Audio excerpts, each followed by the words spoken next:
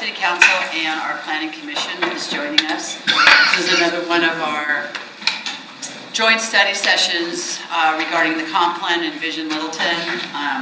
Keith is joining us, staff, to answer questions and to help with the presentation. So there's a lot of information to plow through here. It's organized in a way that I think there'll be natural breakpoints after the presenters kind of run through a topic. So what I'd like to ask everybody to do is just kind of jot your questions down, jot your thoughts down, and then the presenters at the point where they will break before jumping into another phase, we'll stop and we'll answer questions regarding what we just heard so that we're not jumping too far ahead and losing our place in the logical path of your presentation. So we'll go ahead and get started. Peggy? If there's a question on a given slide or something, can we ask that? I would just jot it down and then refer back. Well, I've jotted on the thing, so. Jot it down, no misspellings. Paper, punctuation. They may like get asked. Okay. All right. Good evening, members of council, members of planning commission. I'm Kathleen Osher, Special Projects Manager for the City of Littleton and managing Envision Littleton. So I welcome you tonight because we are making a lot of progress on the project. So we'd like to have that conversation with you this evening. Our presentation is really twofold. We'll dig into the transportation master plan, focus that conversation around some work we've done internally to further develop a strategic framework as well as a mission statement and goals that really honor our unifying vision and the shared values that we came to understand through the visioning process last year. And then we'll dig into the comprehensive plan. We'll introduce another character factor this evening, the concept of borrowed space, as well as our start on the future land use map, which we're showing tonight about 2/3 complete of that mapping, and a series of policy considerations for you, as well as areas for discussion, including a handout that we've provided relative to how you begin to define downtown. And all of this will be in our effort to really kind of get direction from you on next steps and really provide that direction for us. So we all know Envision Littleton is really our look at the next 10, 20 years, really understanding how the unifying vision, the guiding principles that we received from the community last year, how that begins to influence how we execute that plan. I think one of the tools we've been using to have this conversation in the community is the speaker series. So for those of you that were able to join us on Friday when we had visiting city manager from the city of Fort Collins, a lot of that conversation was about intention and becoming a city that plans and then builds that plan. So we are currently, of the 5 phases of Envision Littleton, we are currently in phase 3. This is the part where we really lean on your expertise, understanding, experience here in the city, as well as our community to help us through a series of scenarios for the future. So with that, I'm going to turn it over I'm joined by 2 members of our project team this evening, Keith Worsheim from HDR and Gary Mitchell from Candid Keith's Collaborative. Both are familiar faces to you now. So I'm going to turn it over to Keith. Thank you. Thank you, everybody. Okay, so on the Transportation Master Plan side, we've been spending our time since last we met with this group, going through a process to create a strategic framework and create a vision, mission, and set of goals that are really transportation focused. So, usually this is a really heavy lift for a transportation master plan to get everybody to kind of agree on what's really important to them. Fortunately, we have Envision Littleton from last year, and we can build on that. So it turned out to be a little bit smoother than maybe some other communities might be. So what I want to do is kind of go over the process. So again, building on Envision Littleton. The unifying vision from that process really lays the groundwork for what we're focused on in the Transportation Master Plan.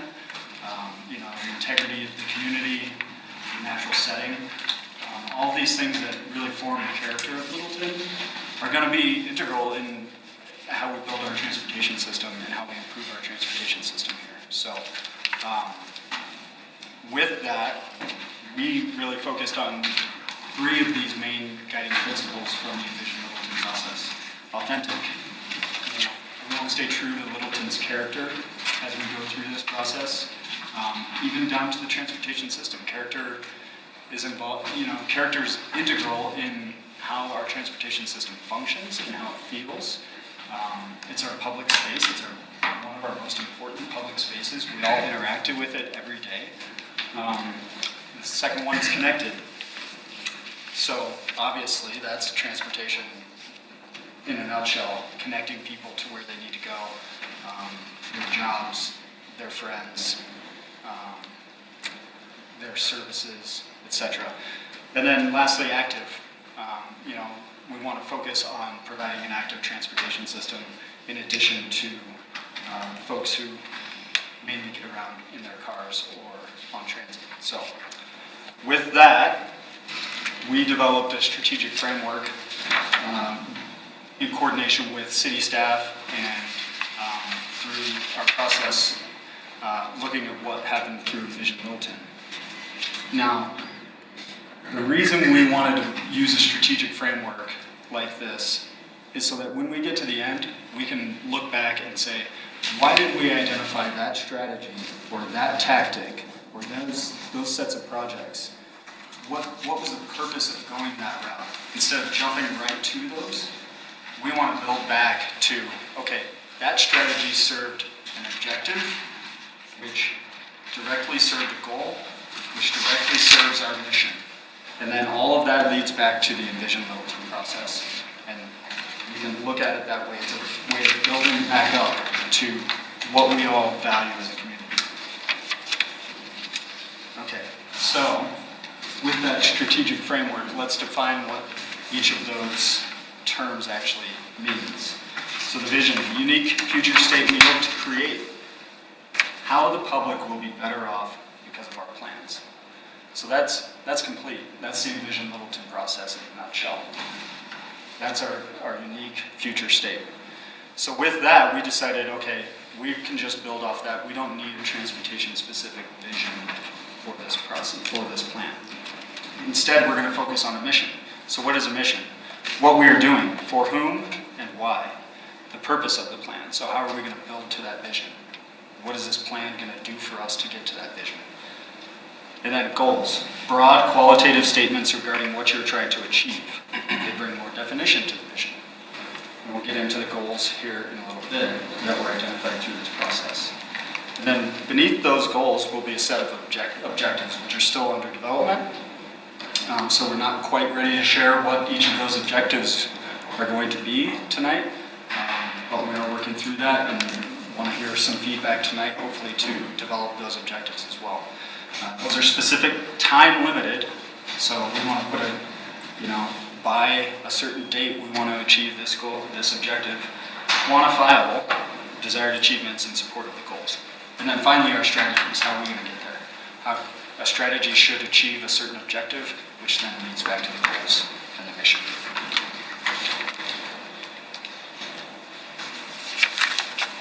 So this is kind of how it might look in a different way. Instead of the pyramid, you have your vision, which leads to the mission, which leads to a set of goals. And you may notice that we have objective 1, 2, 3, 4, 5, and 6, but there actually may be objective 1 that serves goal 1 and goal 2. So the objectives may be in service of different goals, and that's okay. And then that all leads to strategies. And then the important thing here for us as we move through this process is to measure our progress. So as we move forward in implementing this plan, we're going to identify measures that feed back directly to those objectives, that feed back directly to the goals, and eventually the mission. Okay. So what was the process we went through as a group? We conducted one-on-one or sometimes 1-on-3 or 4 interviews with various departments in the city. And you can see those here. We asked the same series of questions to each of those departments that we're not like, hey, tell us what your goal is necessarily. It was more to get people to put themselves in maybe a position of somebody they don't typically think of, who needs to travel through the city, and really try to establish what their grander vision for the city's transportation system is. Then we conducted a half-day public works workshop that was really focused on trying to figure out the actual goals and the language of those goals and our mission. So here's the draft mission statement. I'm just going to read it aloud. Littleton will create a transportation system that supports the city's vision of the future, Envision Littleton, through regional leadership and responsible stewardship of the city's transportation systems, policies, programs, and services. So it's kind of an all-encompassing, we want to create a transportation system that really supports Envision Littleton.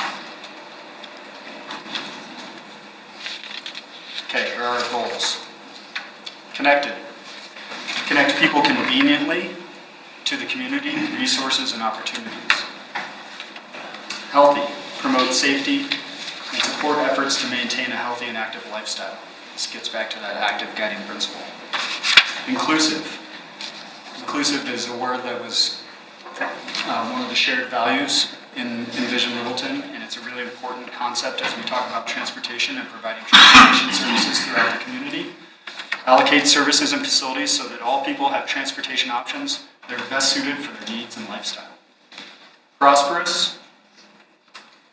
So one of the things that we heard throughout this process was our transportation system is our backbone, really is our economic engine. We need it to have successful businesses. We need it to attract employees, keep employees. So we need a transportation system that really serves that end goal of being prosperous. So contribute to our economic prosperity while maintaining and enhancing our community's character. Finally, sustainable. Build and operate a financially and environmentally sustainable transportation system. Okay, finally, just a sampling of some of the categories and objectives. This is not an exhaustive list, nor really is the list that went around in the packet, which I have here somewhere. But these are the kinds of objectives that we will be developing as we move through this process. So I don't want to spend a lot of time on these unless there are direct questions about them. And then finally, I just wanted to share this slide because I liked some of the quotes. We tried to write down some of the quotes as we went through the department interviews. Some of these are from the public, and it really gets to what people are hoping to see from this process. And I want to point out too, in the middle on the bottom, happier drivers. I know it's pretty good. And then on the right here, I'm pretty patient, but sometimes I get a little crazy when I'm sitting in traffic. I think that we've all maybe felt a little bit of that as we go through the Denver region, for sure. So with that, I think I'm going to stop for questions. Questions, anyone?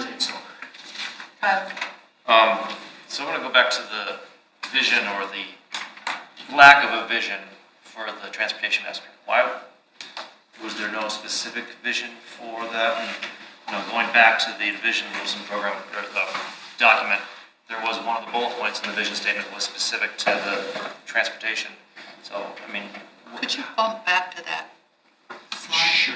what benefit would there be to not having it versus to including, even if it's just that statement that was there, that says, made itself even safer and more accessible for all ways that people navigate through and within Littleton. There. Forward sign. Keep going forward. There. No, one more. There. This one? Here? No. There. That one? So I think that's a great question.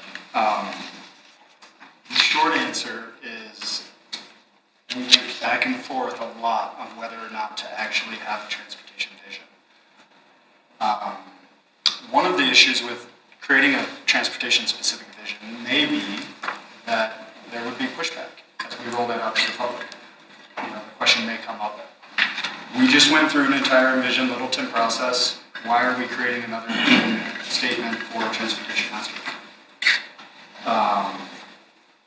Another issue is that you were able to pick out really, I think, nice phrase out of that Envision Littleton process. As we went through and reviewed that document, we could have picked out a few different phrases, and so for me it was hard to say this one speaks more to the community's vision than another. So it was kind of a collaborative decision at the executive level, director level, to stick with the Envision Littleton document as that transportation vision, which is not to say that I couldn't go back and develop one collaboratively with this group. But Envision Littleton does stand alone and was built off the community. Would you say again what that is, what that vision is? The Envision Littleton vision? The one you're Now, hold on a minute. Are you saying that the vision that goes here is the same one as the Littleton vision? Yes. Then could you tell us what that vision is? Sure. It's the unifying vision, which I think if you go back another couple slides, Right here. it's this. That's which the is not vision? necessarily a succinct statement, I'll say. I will say. And it's a question often, some communities don't even go to a vision, they go straight to a mission. You look at CDOT, CDOT has a mission statement. It is a question for us to answer, and whether or not we want to try to pull something out of this document, Envision Littleton 2040 document, or we can develop our own. It's a question for us to answer as a group, I would say. And I would love to hear where the group is leaning. We do have a nice succinct mission statement, which will help us drive our strategies and project lists forward. Karina? I had similar comments, and hopefully that was shared with you guys. I brought up the need for a succinct vision when we went through the Envision process, and we debated and discussed that. And I like where we landed. I understand why we landed where we did for the Envision, but now we're taking a different approach as we're going deeper. So we gave our reasons why we couldn't come up with a succinct vision at the city level, but now we're not taking that throughout. So it just felt like we were changing our approach. So my position on this is we either commit to a succinct vision for these, kind of sub-plans, whether it's the transportation plan, the comp plan, the economic development plan, and take that structure, or to put a heading vision and say, we don't have a vision, go refer back, I don't like that at all. Just go straight to the mission at that point. Don't give me a heading that there's a vision and then I have nothing to look at other than reference back somewhere else. So We either commit one way or commit another way. And I think one of the advantages of going straight to the mission is like, we've all talked about the vision, and it's rich. There's a lot of depth to it, and that's why it can serve for this as well. But then just go straight to the mission and make the mission as clear as possible. It still feels a little fluffy for me, so I think we can be. I support going straight to a mission and saying, here's our purpose for this. I would just add a little bit to the background of our internal conversations. I think the thing that we were in full recognition is that the unifying vision and guiding principles came directly from the community, and it felt like a starting point. Like, so we could start, this is the point of agreement of where we start, and then to go directly to that mission felt like a natural progression for transportation and or other plans that might be in as part of our future work. But I think that was part of our thinking too internally.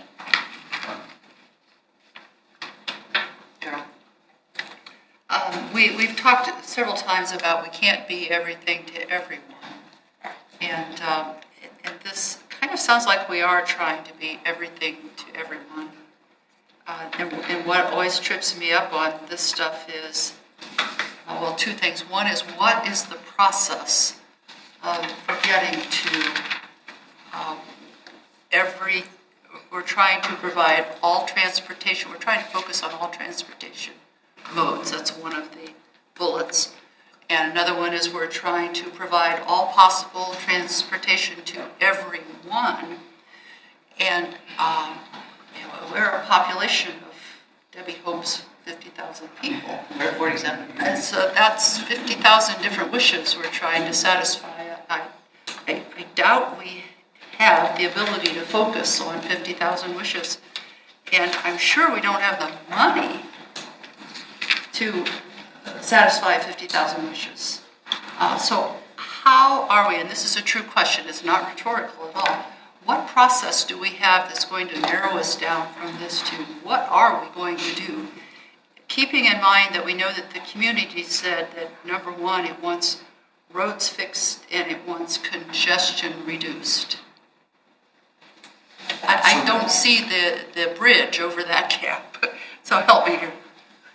So I think this is a great question.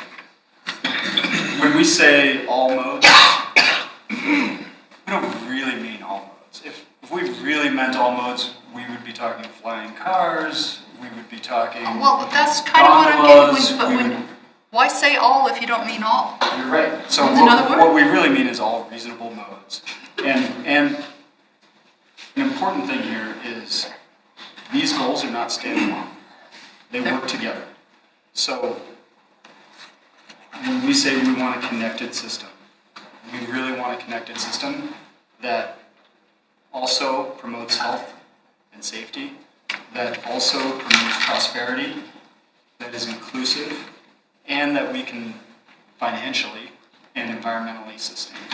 So building on all of those goals is important, and prioritizing based on all of those goals is important.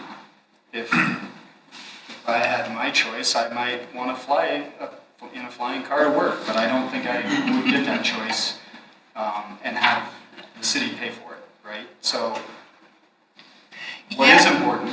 Sorry, go ahead. Yeah, we know that the citizens have already told us that fixing the roads and reducing congestion are their number one concerns. They didn't list these other things as their primary concerns. We already know what their primary concerns are, and we hear them again and again. So how are we going to, with all of these other things, get back to their primary concerns and address those? If we address this other stuff, they're going to have a right to say, and I'm sure someone will say it pretty loudly, you didn't do what we asked you to do. Yeah. If I may, I think it's a great question and a very typical question for any council planning commission when you take on a transportation master plan. And it has to be, and as Keith touched on this, balanced against the resources. So if you go back to your pyramid again, I think to answer your question very specifically, where that will come is in the strategies. You will decide at what's the level of expenditure you're going to make on bike lanes, congestion, trail systems. All these kinds of, there'll be multiple objectives that will come out of the TMP. The strategies are where it truly kind of hits the road. And that's a long ways from now. Where's that in the timeline? Next. It's next. It's Yeah. next. Next. Yes. Oh, cool. And it's before we are in phase 4 where we really take a look at what we can afford.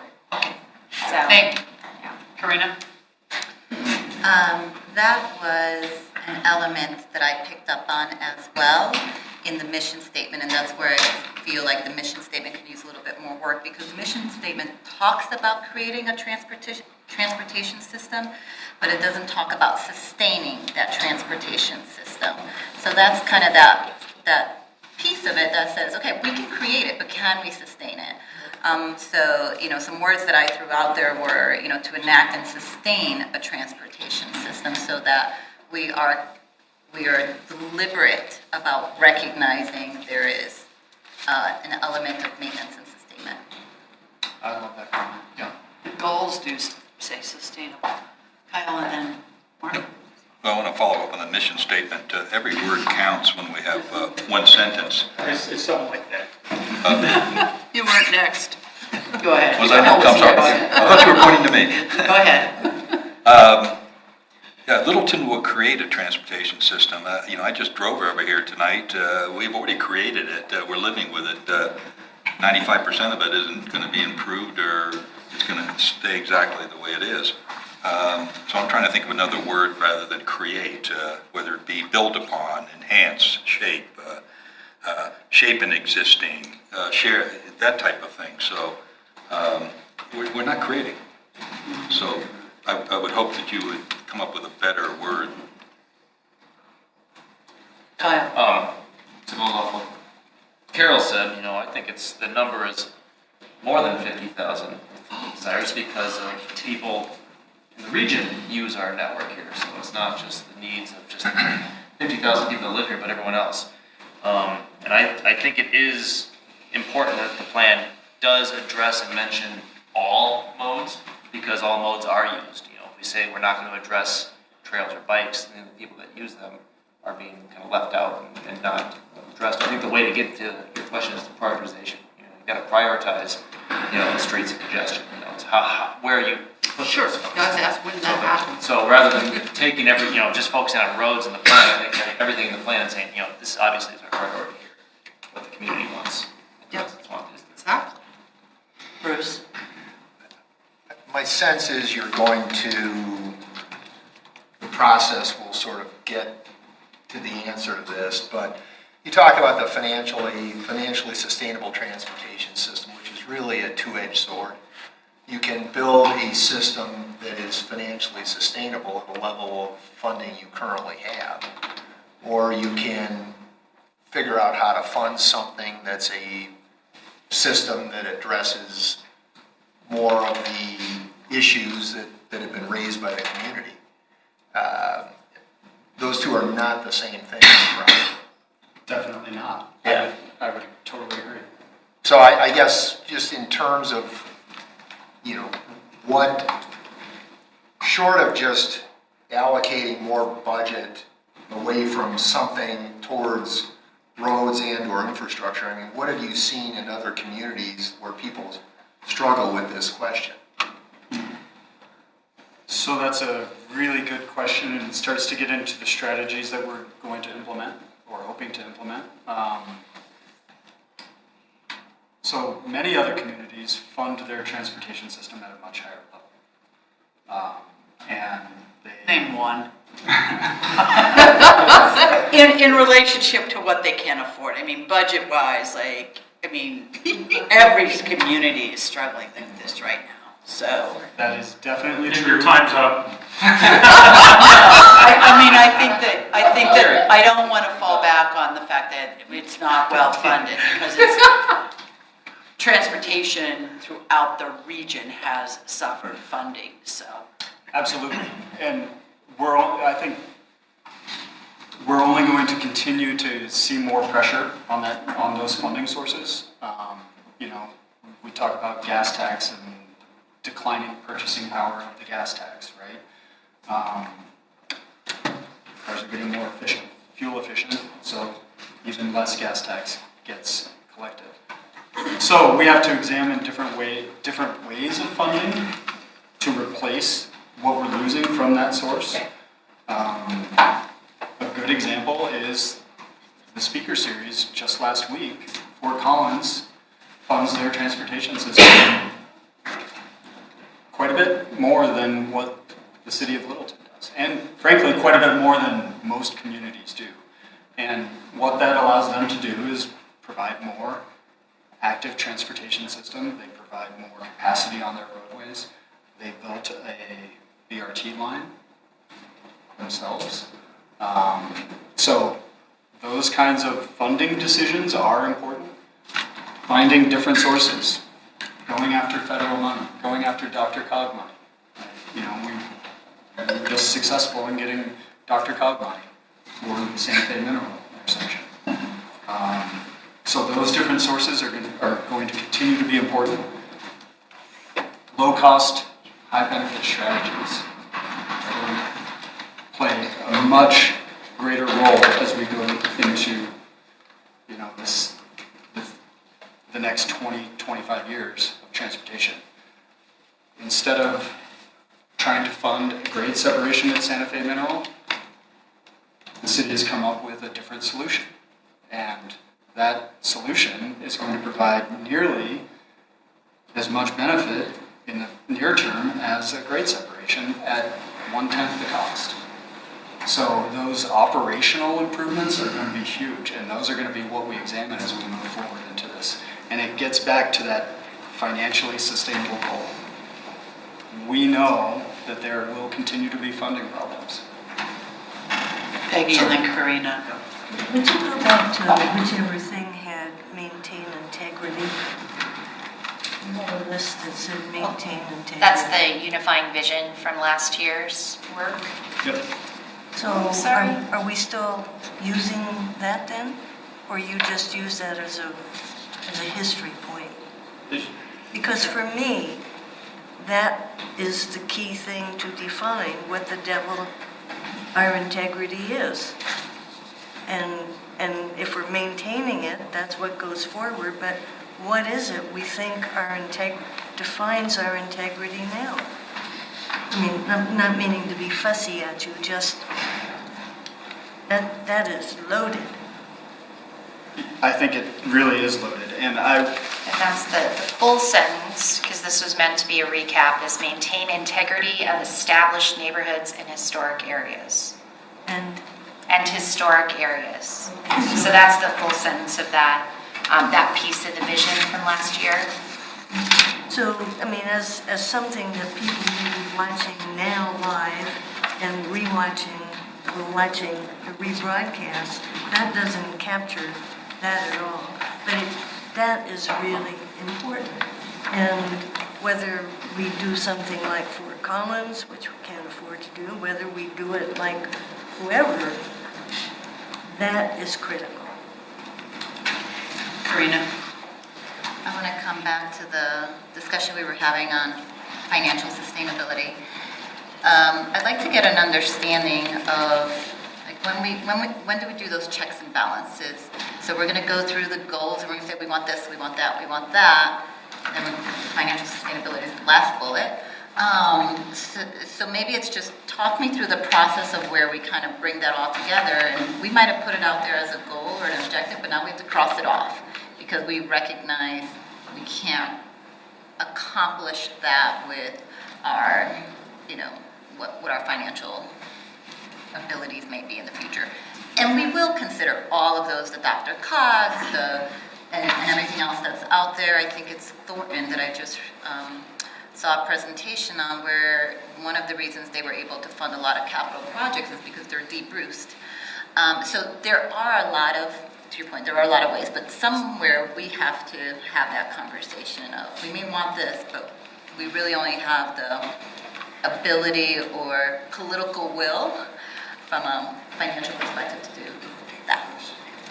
It's a great question. So we have started to identify what the potential for funding sources may be, what we think realistically we could get from those funding sources.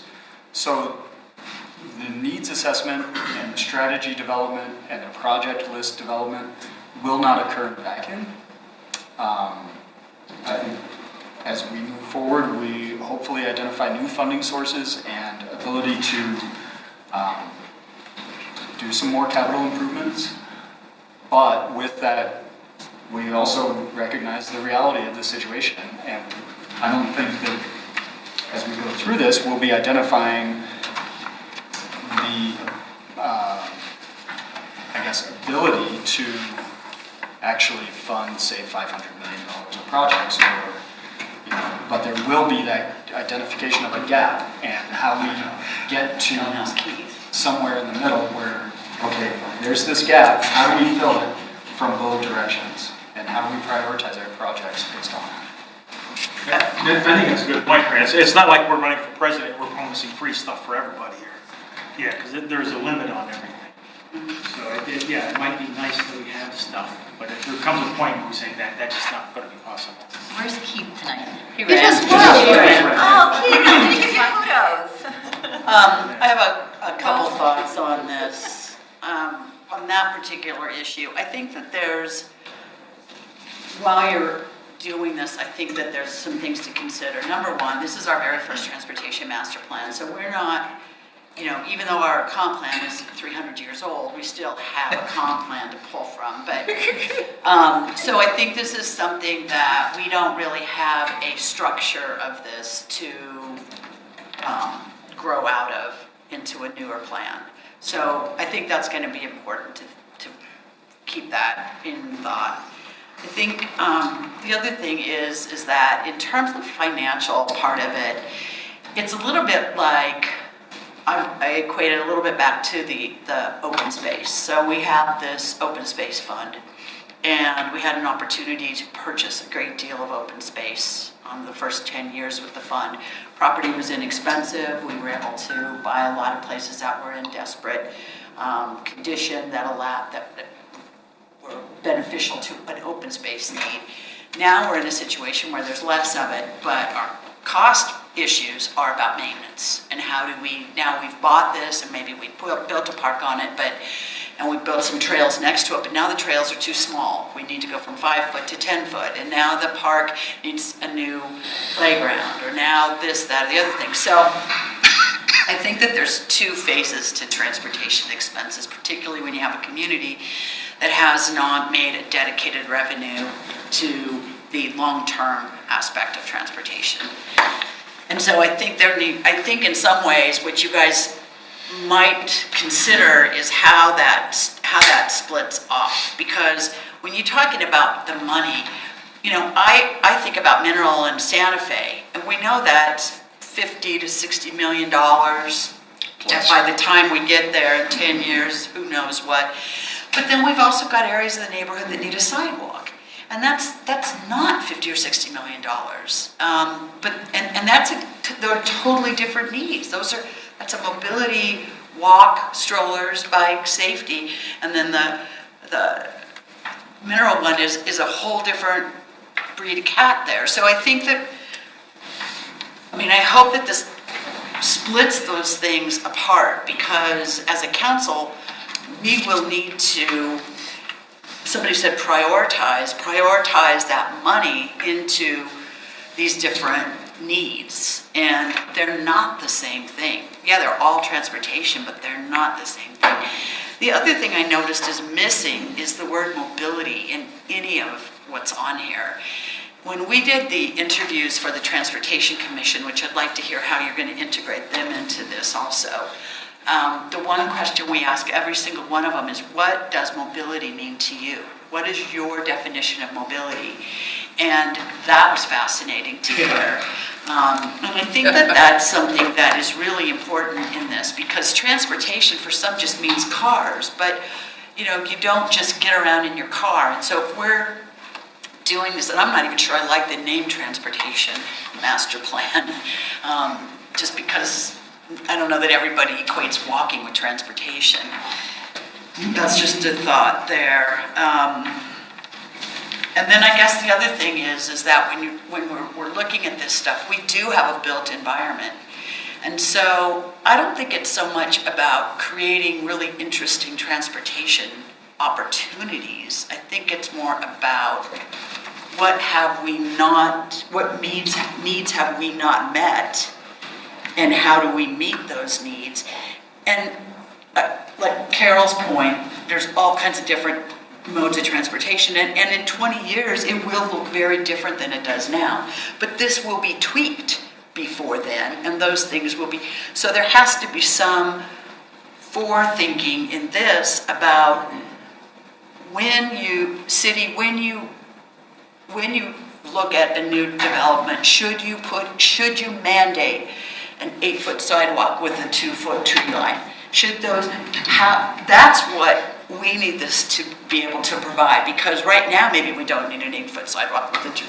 We do, but you see where I'm going with that? So I know this is the beginning piece of it, but as you go forward, those are just some thoughts I had. Did you have a thought? Yeah, this is obviously your first rodeo on transportation for different cities. I gotta believe you've done this numerous times, and are we recreating the wheel here? Or can we just plagiarize and take it from somebody else? Oh, absolutely. Not plagiarism.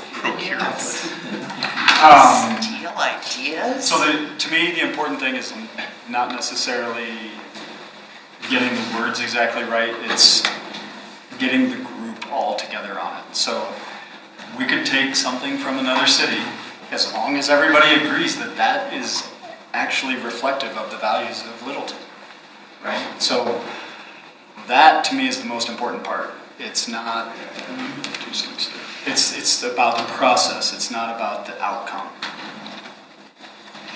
Mark? I kind of want to add to what you had to say, Mayor, and Councilmember Driscoll here a little bit. You made an excellent point. This is our first transportation master plan. We're going to make some assumptions and the strategies about where we put our resources. And the important piece that they touched on at the very beginning is we're going to measure this. We're going to measure our assumptions, we're going to measure our success, and we will come back at a reasonable point in time, 5 to 6 years, and check the assessment of that. Are we meeting the goals, the objectives? Through that measure, we're going to be able to check the answer to that. So I think that is absolutely critical for any TMP, is you've got to measure your results. The other piece here I want to talk about a little bit, and this has been, in my career, has been a fascinating conversation about sustainability. And I like the statement about build and operate a financially and environmentally sustainable transportation system. I think we talked financially here. We clearly, every city's challenged with resources. But one of the interesting pieces, when we think about our street systems, in my opinion, a lot of our street widths are too wide. When you contrast that against other parts of the country, wide streets actually increases speed. And so lots of cities are wrestling with, well, are we going to look at something different? And then also, wider streets cost you more money to maintain. And so if you want to be environmentally sustainable, will we look at other options to kind of manage this issue? And it also has a heavy influence on the character of our neighborhoods. As you made the point, Mayor, about do we require new development instead of curb and gutter and sidewalk altogether connected? Do you separate sidewalk from the curb, create parkways? Do you require trees to be planted? These are the kind of environmental pieces that connect to a street network that, quite honestly, we haven't had a conversation about here, at least in recent time, in this way. So the envision piece, the values, all the comp plan pieces of this, land use, zoning, now the TMP starts to connect to this, to promote a lot of what you're trying to achieve, to support that. Just two quick thoughts I had. One was, I just read an article about cycling, and they did a study, and while cyclists prefer to be, you would think prefer to be in a bike lane, cars actually like to torment cyclists in bike lanes, so they like to get close. Cyclists are actually safer riding in traffic. Cars are more intentional about about watching those cyclists in traffic than being bratty about, oh, you get you on bike lane.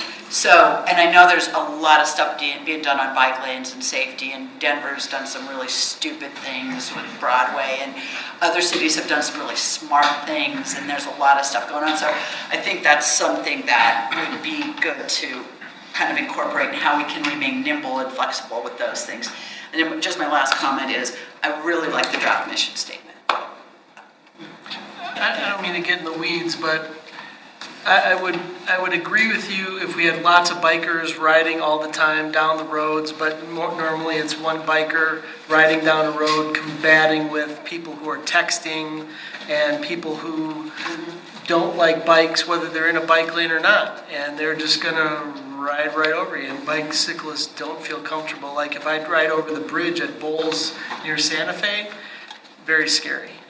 Well, this was an article done by Bicycling Magazine, so it does. I'm a biker, there's a lot of conditions that cause that variation, but I think those are things that we need to just have as part of consideration when designing some of this stuff. Other comments or questions before we move to the next? Yeah, the other comment I had, I did write down the lack of mobility. In the inclusive bullet point there was no, I didn't see any mention for ADA accessibility either anywhere in there. That's one thing that Littleton is sorely lacking. Yeah. That needs to be, if we're looking out 20 years, something we should address. Wow. Okay. The question that you asked that wasn't answered was how are we integrating or involving our new transportation board? Mobility board. Keith? Is that? I think it is, isn't it? Transportation Is that what it is? Mobility. Well, the original purpose of that board was to integrate them into this particular process, this moment in time. And I think we have our first meeting in May. Yes, and looking at Keith.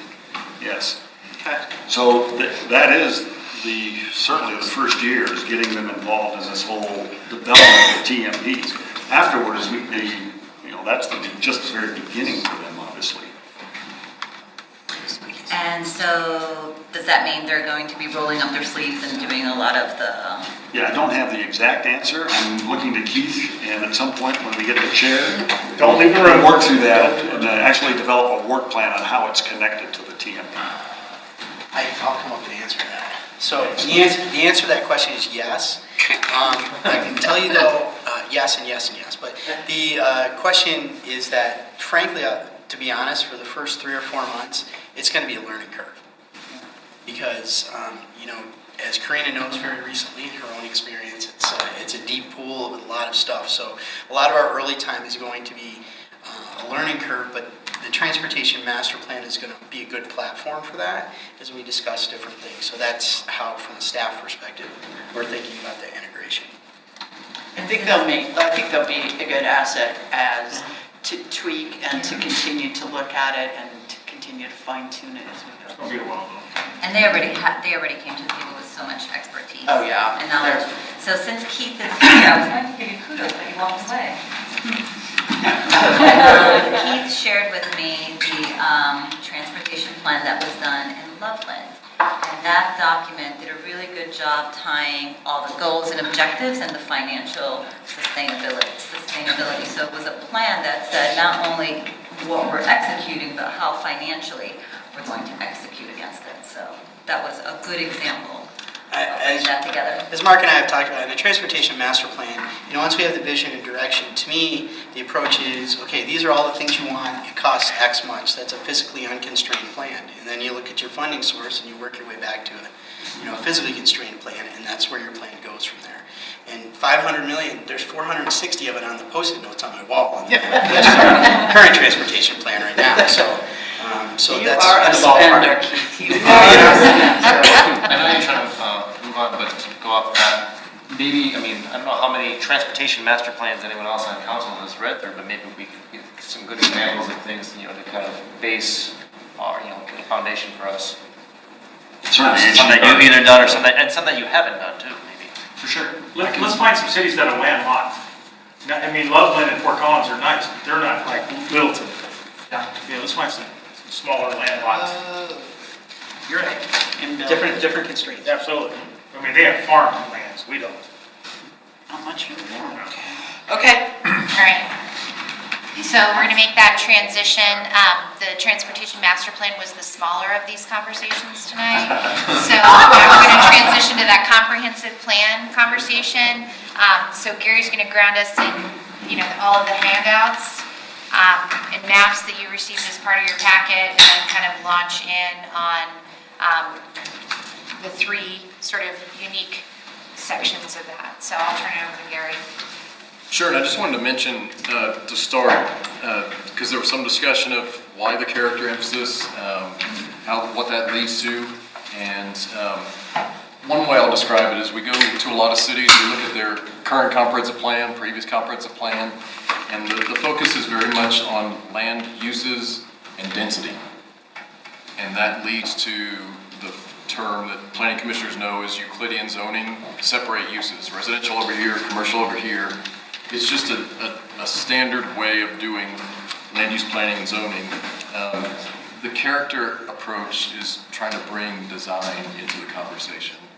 And that leads to so many aspects: site design, roadway design, design of public facilities, design of parks, that all these pieces of your community are matching the character of a particular area. So that's some of the grounding of it. And the other thing we see on future land use maps so often is areas of high, medium, and low intensity. What does that mean? It ultimately gets defined through zoning, but when we try to bring in some terms like rural, suburban, urban, that hopefully brings some more framework to it. So just want to touch on those points first. I want to thank my friend, Don Bruns, because after the last meeting, he reminded me that I didn't mention borrowed space, which is another concept in the character conversation. So I want to talk about it some tonight, and that's one of the maps that we provided. The basic idea is, and as we talked about last month, when we're talking about character, it's partly about space, whether space is open in a more rural area, whether it's enclosed in an urban downtown street, but it's that visual aspect. So borrowed space is just this idea that people who are fortunate to have some open space next door on public or private property, they borrow it. They borrow it visually. It's not about going over the fence and walking on that property. It's just in a suburban area, an estate area, for example, it's even more open space in your general vicinity. In an urban or more intensively developed area, it's even more valuable that there's some relief, that there's some open space nearby. So the distinction in the material we provided was when it's public space, theoretically parks are there forever, other open spaces, people are going to enjoy borrowing that space for a long time. When it's private property, it may go away at some point if it's developed. So this kind of ties back to so many discussions we had last year during the vision phase of what people value about living in Littleton, how much public space and park space there is in Littleton. But frankly, this comes more into play in growing cities where there's a lot of undeveloped land and helping make those decisions of where do we put some parks for the future so we don't lose some value, creek corridors, for example, or other strategic locations for public space. So it's having that conversation, and next slide. We wanted to put it on the map because we talked abstractly during the vision phase last year of all this open space in Littleton. All those green lines on the borrowed space map are edges where there is a neighbor, whether it's a home, an office building, but where they're enjoying some open space next door. And it just really illustrates the green lines is all the public spaces. So we talked about fingers of green within the community last year. There it is. And some of the open space in Littleton is very much concentrated in large pieces, especially along the river corridor. In other places, it's these little pieces and linear stretches of open space that add to a community, to a neighborhood, and to your community. So just that point about not necessarily getting on the property, but just enjoying the visual of it. And so that's where water comes in. You also have the advantage of water bodies in various parts of the city, plus river, plus ponds and parks, but people who live near a large body of water. And that's why in some of these cases, even though that's a fairly dense development, it's in the suburban category. It's not about the density of the individual lots and all those people living there. It's the context and the open space that they enjoy around them. So that's one of the maps and material we provided tonight. Let me turn to future land use. And really, this was a charge to us to get to this part as quickly as possible because of our overall timeline this year, but also because of the transportation plans. Land use and transportation absolutely need to interact. Yes. Just before we move on, Yes. on the world space, I had shared with Mark some areas on the map that weren't outlined as world space that were privately owned. So I just want to make sure that those are captured, because to your comment about world space, it might be public or private. Well, we need to recognize the ones that are private, that even though we feel that there's open space, it's not ours to keep forever. So were you able to send that? I did. Yes, so if we can get those specific feedback items, we had a good discussion with the Planning Commission last night that we should add some of the edges around school campuses. Heritage High School, for example, on the west side of the campus is all the athletic fields and more open. So that's absolutely borrowed space for the neighbors. Maybe not so much on the east side where the parking lot is and those things, but so yeah, we want to add to this map. But ultimately, the visual is really to tie back to the vision phase and just really illustrate why people value open space and being able to share that space. Just an observation, since we mentioned high schools and so forth. Sometimes that open space is totally closed in because it's noisier than the devil. The same thing with concerts along the river. When those things crank up, you start feeling really closed in. So sound can affect, in my view, the sense of how much space there is. So we're sharing more than space, we're sharing some noise and sound too. One thing else I wanted to point out about this picture you got here, just brought to my attention that a lot of the open space that we've got outlined in the map is open space where somebody can go out and enjoy, like they can go out their backyard and throw a frisbee, or take their dog or bike down a path. This McClellan Reservoir is interesting because you can't get near it. It's completely off limits, but it's a visual corridor, and to that effect, I think that helps. Just people. I've heard that just being in nature helps people psychologically, mentally. Yeah, just the linear presence of Highline Canal Trail and corridor going by a neighborhood adds so much. If we could try to hold the questions until we have a good break point, that would. Okay. On future land use, so we're building the map, and I started to say that our charge was to get this map as soon as possible. It's been a long time for this community for having this type of map and the transportation connection as well. So we started with 4 categories, and I'll go through each of those individually. On suburban residential, I just want to emphasize that we're only talking about single-family detached homes at this point. There's going to be other types of housing that end up in the suburban category. But just by putting those 4 categories plus all your parks and recreation, the map is 2/3 full. But the point I want to make about that is we're not necessarily saying those are places that aren't going to change. We're just putting them on the map to start the discussion. So this map has draft all over it every time we show it. So in terms of the numbers, just to reinforce again, just by putting the park system in Littleton, other open spaces, and recreation is private homeowner association, tennis courts, pools, things like that, 30% of your city limits is in those categories. What a great starting point to be building on. So again, reinforcing everything we heard in the vision phase and what's in the vision statement in terms of an endowment that this community has and being stewards of that. On the other side, now that we've filled in those 4 categories, as I said, 2/3 of the way, so looking at some of those numbers, 26%, a quarter of the community in single-family detached that we're classifying as suburban. We work with plenty of cities that we can't find suburban anywhere in that city. It's just not there because of the way the lots are arranged, the design of neighborhoods. So a quarter of the city being in that, then add in estate residential, 3%.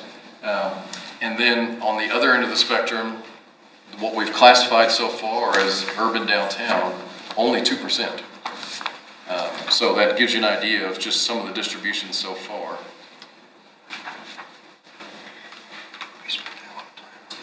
So on the existing land use map, and by the way, that's that map that had about 3,600 colors on it. It's down to 17. And I believe that's the map that's on the wall. I think that's it. Or is it? Right over here. It's here. If you have a chance later after the meeting, if you want to take a look, it's the same content except for a few minor tweaks, but it's easier to navigate and digest, fewer colors. So, but on the future land use side, we did show a fair amount of auto-urban neighborhoods in other areas, and a reminder that auto-urban is more oriented toward cars, more pavement typically than other areas of the city relative to suburban. So why now is so much of the map on the right-hand side in yellow suburban residential? Were we being provocative? Yes. Were we trying to make some points with that map? Yes. We wanted to show of all your neighborhoods which are more toward the auto-urban category. We talked about how things weren't perfectly in the middle of character categories. So we were trying to bring out some examples of neighborhoods where that design of the house that really emphasizes front driveway and garage was most prominent relative to others. At the end of the day, this list of points is what it's about. When you look at the lot sizes across the city, in so many of these neighborhoods, they're at least 8,000 square feet or higher. Just that alone gives you more space to work with to plant a house, but then open space around it, yard space, other things. So on many of those lots, the house itself plus driveway is not covering, the majority of the lot. Then you add, as we pointed out, the extent of mature tree cover and vegetation landscaping in Littleton, how that adds to the overall context of neighborhoods. And then the fact is, you drive across the city from one end to the other, and the vast majority of homes in Littleton were designed with front garages and driveways in the front yard. That's the way it is. So all these other factors at the end of the day, we think are strong enough that it puts it into the suburban category. It's not pure suburban the way we do it by theory or by the books, but at the end of the day, that's what people experience here. They feel like, especially as you move south from the downtown area, Littleton Boulevard, it's an increasingly suburban atmosphere. So look at how much of that map is in yellow suburban residential. Once again, only single family detached so far, as well as Trailmark, of course, being entirely, except for one small pocket, that's some attached housing. So the way I look at it is called aspirational suburban in some cases, that you need to continue working toward suburban. In other cases, in many cases, it's defensive suburban. You've got the pieces of suburban, you need to protect those. I'll come back to that later in the presentation. The pie is served. We had some discussion last month about where's the pie? There it is. There's the pie slices. So these are still generic, but this is another way of showing the pieces of character. And it's these 3 key pieces: building footprints, pavement, meaning driveways, other surfaces on a lot that may be paved, and open space. So how those are balanced. Of course, rural is where you may hardly even see structures out in the countryside. It's mostly about green space. Suburban is more of that balance. Urban is where it's very much about buildings, along with streets and pavement, but mostly about buildings. So here's the full spectrum. And once again, I always emphasize that we spend so much of our work in urban planning in the auto-urban category. And if you look at, just to explain that terminology again, with urban and auto-urban next to each other, look at the green slice. The green slice is about the same. That's the point of that end of the spectrum, is when you get into your most intensive urban areas, there's not a whole lot of green. And most of it, if there is some, is in either urban parks, pocket parks, or it's in the streetscape. There's not front yards, there's not side yards. Buildings are close to the street, buildings cover lots. So auto-urban, look at the gray. That's the point of auto-urban.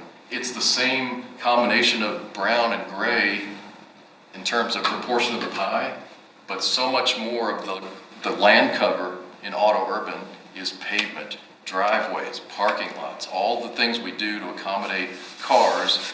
On the residential side, if a fair amount of a front yard is taken up by driveway for 2 cars, 3 cars in some cases, that's what's pulling it toward the auto-urban part of the spectrum versus suburban. So that aspect of looking at character that way leads to all these other things I mentioned. Drainage considerations, when you're covering more of the landscape, the urban heat island effect with more pavement. The character of parks, once again, if you have a large park that's popular and a lot of people want to go there, but they can only get there by car, large parking lot, where do you put the parking? High school campuses. And then just general aesthetics of your community when you drive some of your corridors. So let me take those 4 categories that we put on the map so far, starting with the state. This is your largest residential lots in a city, typically. So just by that alone, the structure and any driveways is so much smaller a part of the lot than the yards and open space. So this is the area just east of Prince in the Rangeview vicinity, South Littleton. The other example on the west side of the city is some of the homes there that are large lot residential as well. So one thing I want to emphasize here is, even by that name, it's not necessarily large homes. You can have large lots and have pretty small footprint homes in some areas, and it's not about value. I have seen plenty of large lot subdivisions that are not quality homes and attractive homes. It's just the way it is. The reason I say that is we work with so many cities where they think larger lot means more value. Not necessarily. It does go that way sometimes just with land values, but that's not always the outcome. So, suburban residential. Next step on the spectrum. Typically, you're getting down to smaller lots. It's still single-family detached, plus what we mean by other neighborhood uses is typically schools, churches, things that are often locate in neighborhoods compatibly. But still in the suburban category, still a significant amount of the lot is open, lawn, green space, landscaping, or, as in some of the examples, it's cluster development, so it's common open space. So again, it's not about the density of the lots in the individual homes, it's the overall context of how much open space. So again, just with the pie slices, just emphasizing again, what takes an area like this example being, again, on the west side of the city, with the advantage of some borrowed and common open space with a trail within the neighborhood, the accommodation of the car is not as noticeable on those homes and those lots. You don't see the driveways as much, and just having curved streets in some neighborhoods helps with that, not just seeing a line of garages down the street. But if it was that situation, that's where the auto-urban gray starts to take over the pie. Neighborhood conservation. This category is not on the character spectrum. Thank you. Look right past it. It's not so much about one of the character categories. This could be various characters, and it is in Littleton. It's more about typically some of your oldest core neighborhoods, and it can be 2 things. In some cases, it's absolutely the conservation aspect that we're trying to preserve what's there. This neighborhood is just right. It's been that way for a long time. We want to keep it that way. The reason we put neighborhood conservation on the map is to send a signal that this is not your suburban neighborhood. This is a unique neighborhood. It could be for historic reasons, a particular design or architecture, whatever, or just that it's one of your urban neighborhoods. It's a more walkable neighborhood. On the other hand, it could be a neighborhood that's in some transition. And the example I always use is where a neighborhood may have an edge that's on a street that has become more busy over time. And you've got single-family homes fronting on Broadway, for example. They've been there for a long time, but those are areas that sometimes transition to office use, other uses that are still in those same structures. They look like homes, but you manage that through zoning. And so that's another reason that we sometimes put neighborhood conservation on a neighborhood. But it's that third point. It's the opportunity to explore on the zoning side how you might customize zoning for a particular neighborhood. And that's the ultimate point, is that we work in a lot of cities where the oldest neighborhoods and the newest subdivisions have R1 zoning, whatever the most basic residential zoning is, when they're totally different situations and different characters. So we put neighborhood conservation on a few areas. As I say, some of the older neighborhoods, some of the central neighborhoods near downtown. I mentioned a lot last month, our founder, Lane Kindig, he would put neighborhood conservation on your entire city pretty much. If it's a built neighborhood, neighborhood conservation.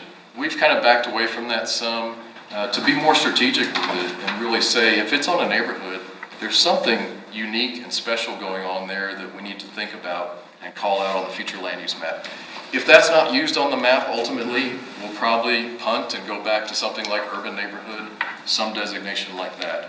But one of the challenges in some of these neighborhoods are these are the ones that we showed as mixed character on the existing map. There's different things going on in those neighborhoods in terms of rear alleys and rear garages, but then also front yard, driveways and garages. So that's what we'd have to work through. All right, number 4 category, the downtown area. And one of the handouts was just kind of for some fun, frankly. We just pulled about 7 or 8 examples of how downtown is depicted. And some of them are more, not cartoonish, but not detailed maps. They're just generalized maps. But it's the issue of some of the maps absolutely show the courthouse and the rec center area across the tracks as part of downtown. Some show the other side of Santa Fe, where Dish is now, and that side of the tracks. And we know the zoning kind of looks at that larger area. So how to define downtown? We've put a possible downtown area on the map, as shown on the right there. But as I said earlier, this is typically your most intensive developed area in terms of land cover, especially buildings. And we picked this image purposely because this is the challenge in not just downtown Littleton, but so many places. When you have a successful downtown, where do you put the cars if people are mainly coming here by car? So surface parking has to go somewhere. And if it's taking away from your continuous building front, you kind of lose that urban feel and the walkability aspect. If it's breaking up blocks, if it's using valuable land, basically. It's an economic development and real estate consideration too. So all those factors, basically it's bringing some auto-urban character into the downtown area. You've also got the challenge in downtown Littleton of through traffic. So we've talked about that in previous discussions. One more quote from our founder, Lane, over his career, he came to the conclusion that if you have a successful downtown with a strong urban character, and you're never going to maintain it if you don't get to structured parking at some point. Because the more success you have, the more parking demand, and we know how much we all hear about parking in downtown Littleton. So, it says looking southeast, isn't it looking southwest? Yeah, it is looking southwest. Yeah. It is. Good correction. Good correction. So, last thing I took that from you, man. Last thing I wanted to point out here is in some of those downtown definitions, the boundary stops at Church Avenue on the south and the start at the Arapahoe Community College campus. We took it another smudge south, and the reason for that is that's one of the large surface parking areas on Arapahoe Community College campus. I am just throwing this out there. This is not a planned proposal. What a great place for a parking garage. what a great partnership opportunity. So, Never thought of that. No, let's see. Others are thought about that. Right. But that's why we put that in the urban category. I think there's a great opportunity for a better interface between the college and downtown that the comp plan needs to capture. So, all right, the final map that we provided, and it's really for a lot of the meetings we're going to be having during this trip besides this meeting. We started with the staff discussion today. We've called out areas on the map with the blue outline that we really want to focus in on, partly to get some intel for us to understand the history.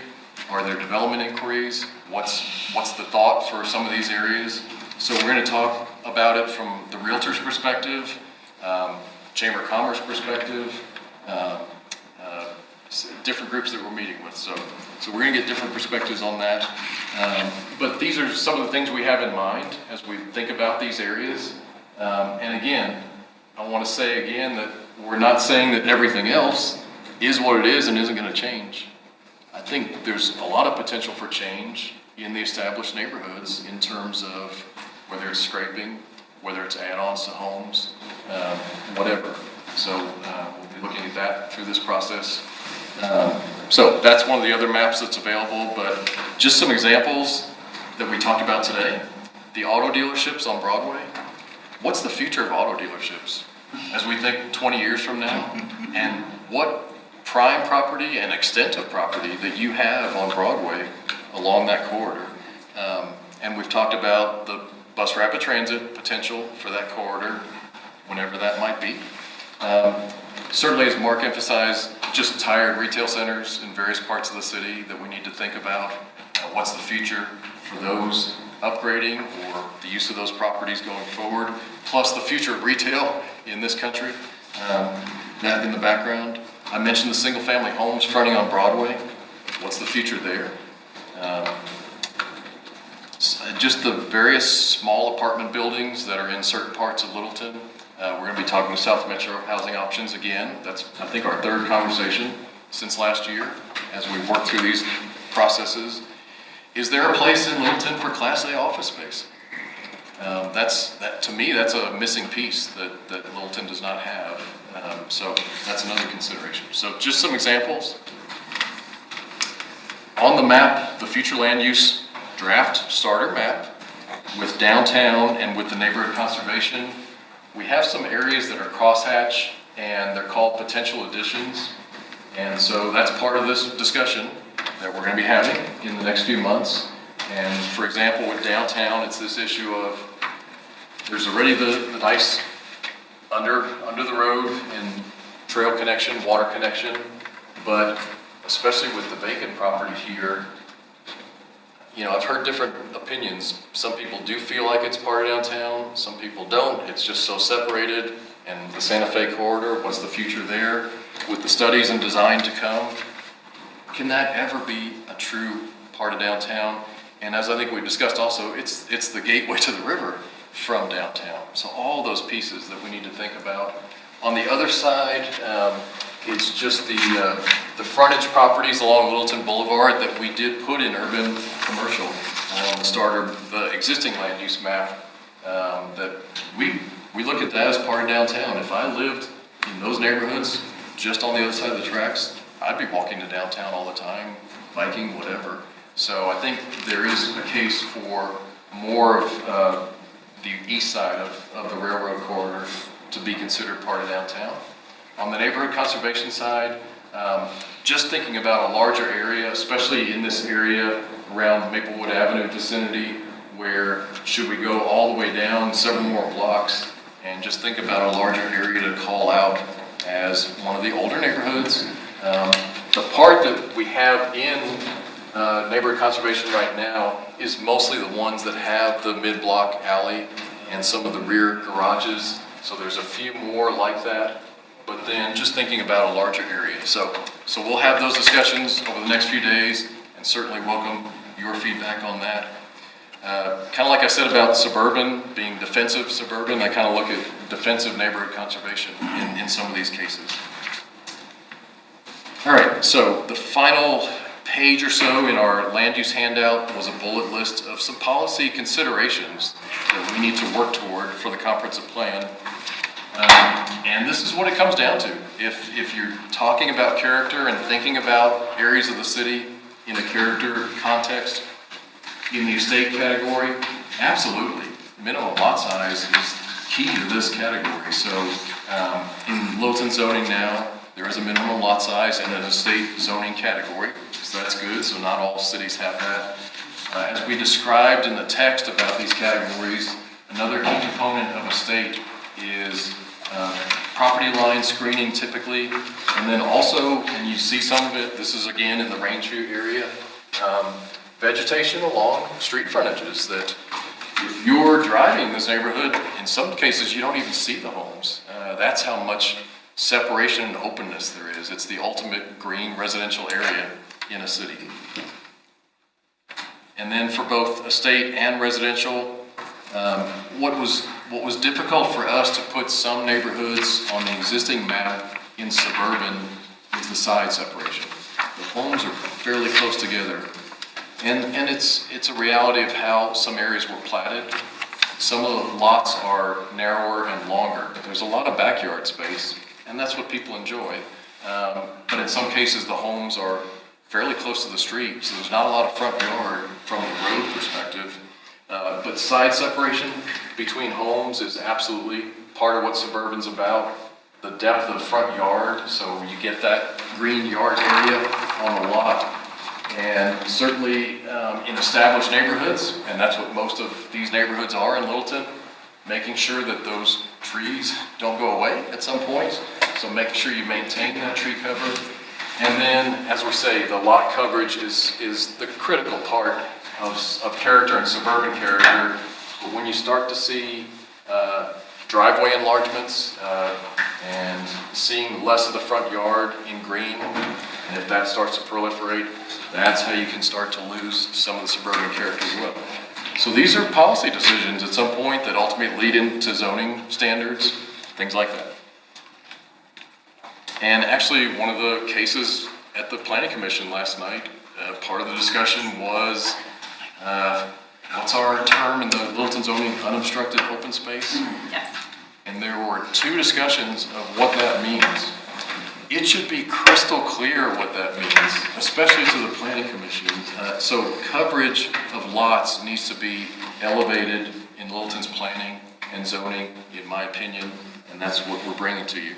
The next one is the issue going forward of, do you want to get into residential design at all?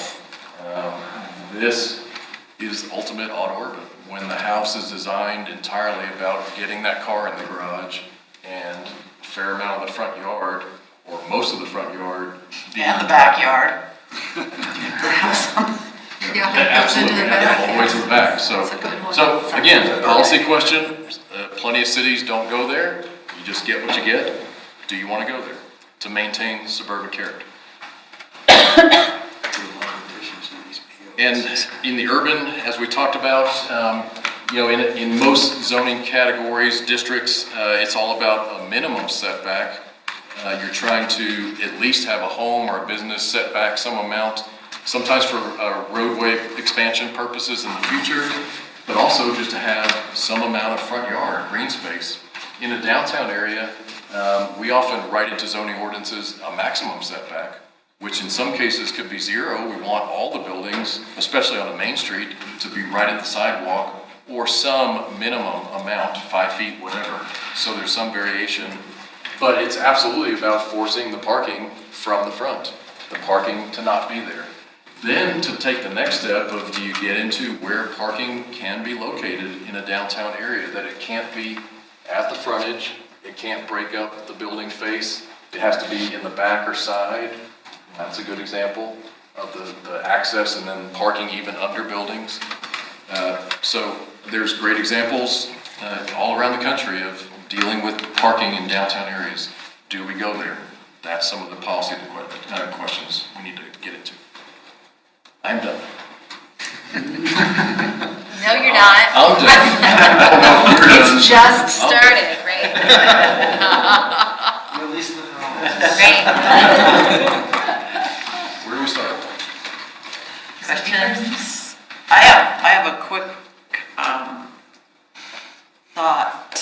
and how it would be addressed. You talked about that we, looking at potential zoning changes in neighborhoods, gardening, parking, and garages, etc.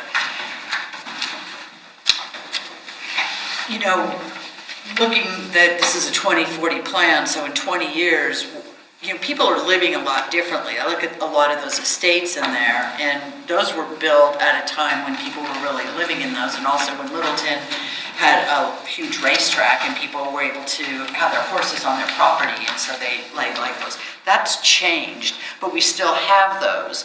But are people, and I know some people, of course, want to live there, but people are looking for things that are less maintenance, smaller yards, less, the house is not so big, those types of things. And are those things that, as we look at this, we build that flexibility into zoning changes that would allow for those just change in lifestyle?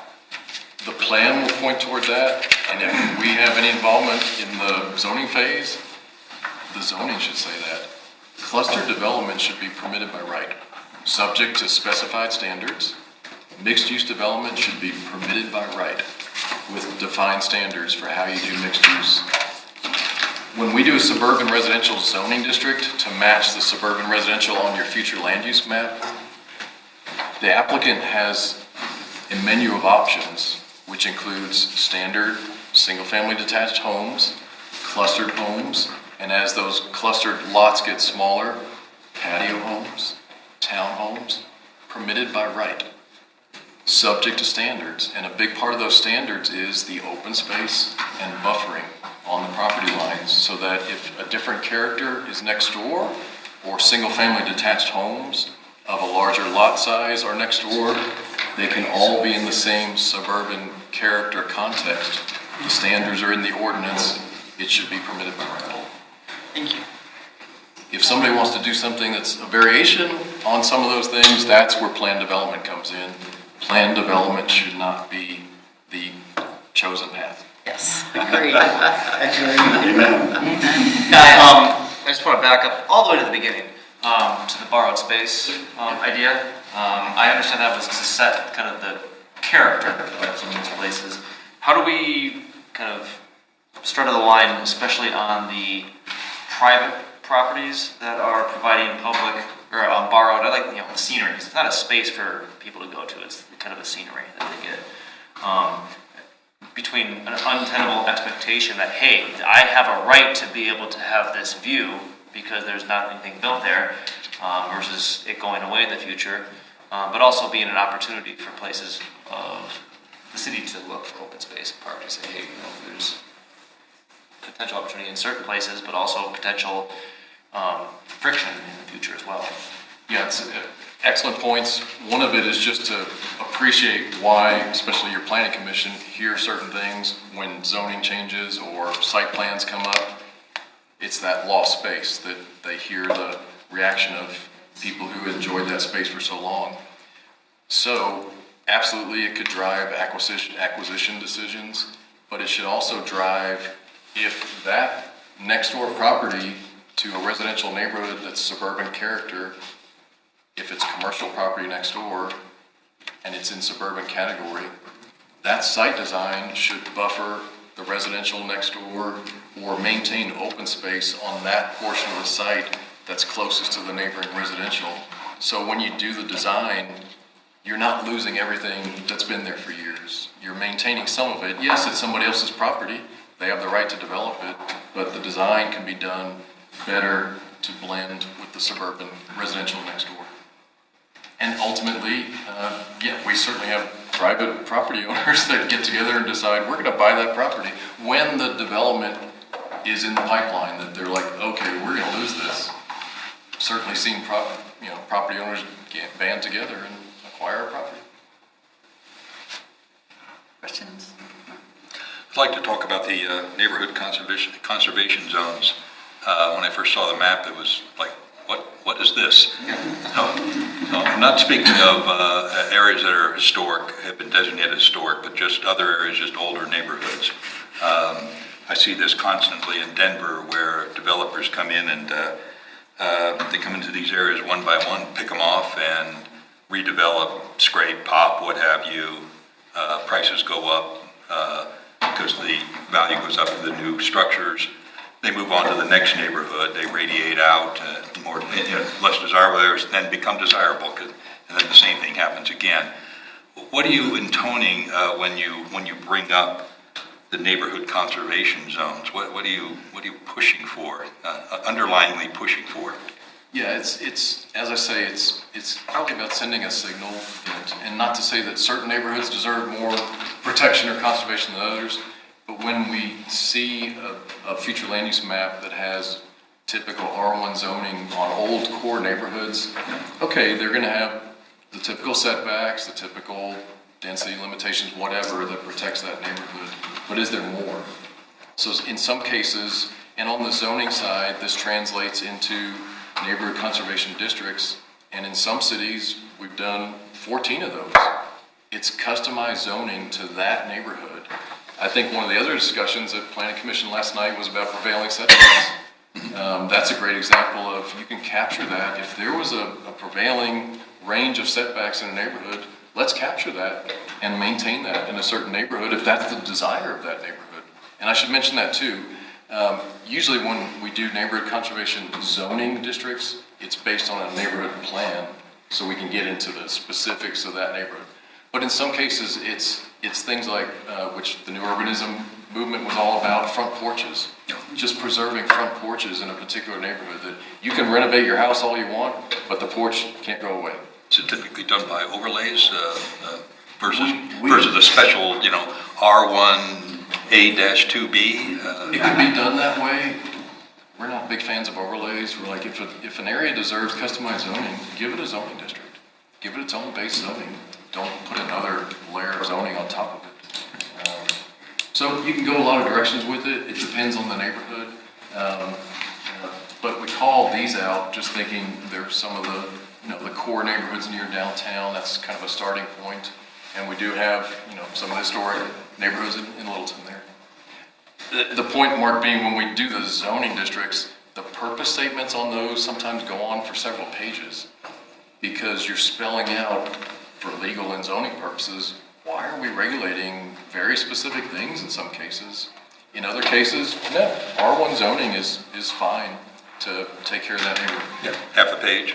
We just did, a few years ago, I think I may have mentioned this last month, sometimes you go into a community and there's that building envelope concept, your setbacks, your height limitation, that's what you got to build within.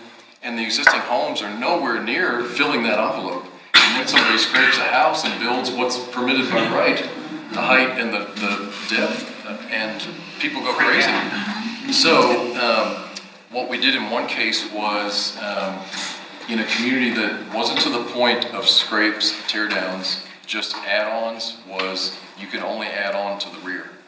You couldn't add on to the sides.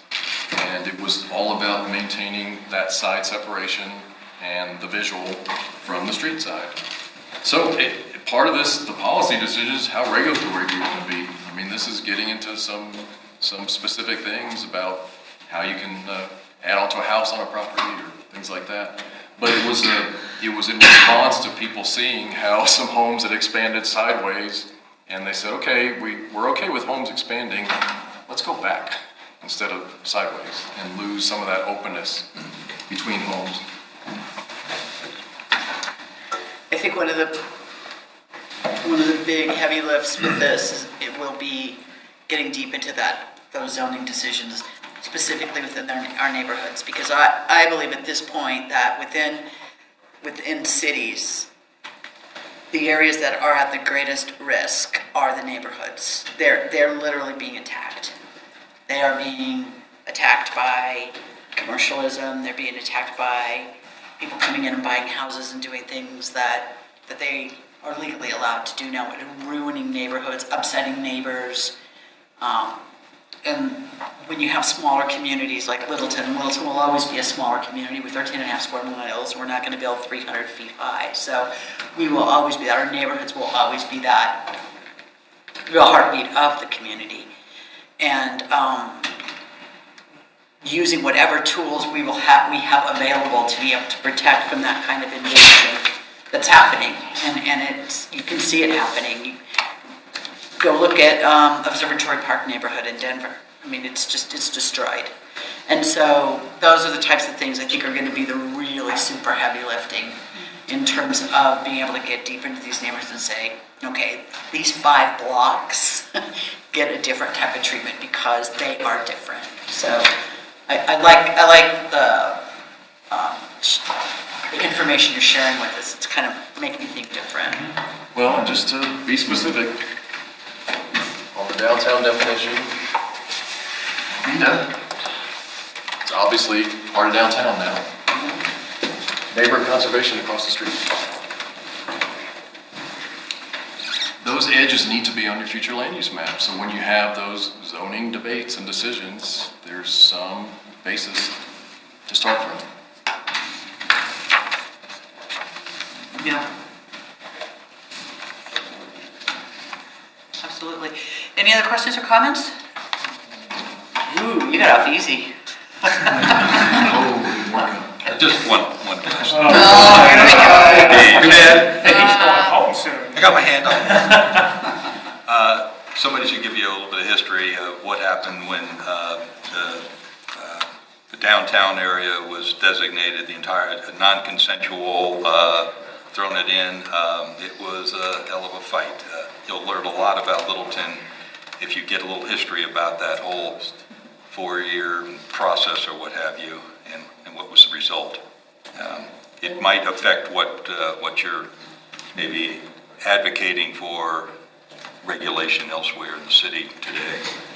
Yeah, you referenced it again last night, and also just having guidelines versus standards. It's been an evolution. Yeah, it is. Yes. I've got one comment. Yeah, go ahead. I really liked that you designated the undeveloped parcel north of Bulls between the river and Santa Fe as an addition.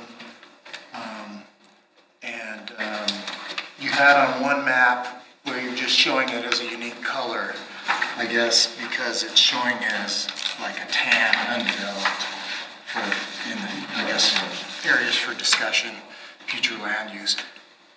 I think that's probably the single most, incredible opportunity for the city of Littleton, is what happens with that little triangle of land. I think it could really end up being a defining, enhancing character for Littleton, or perhaps something that really detracts from the city. Yeah, and I'm sorry to interrupt. We asked staff today, just some of the history. Was there never anything there? Rough and ready. Christmas tree lot. So it's hard to believe that strategic corner on those streets is vacant today. And I think it should be considered part of downtown. But downtown, saying downtown doesn't mean buildings necessarily. It could mean, and I understand that there was an amphitheater concept. So it can be a component of enjoying your downtown area. It doesn't necessarily mean building development. Karina.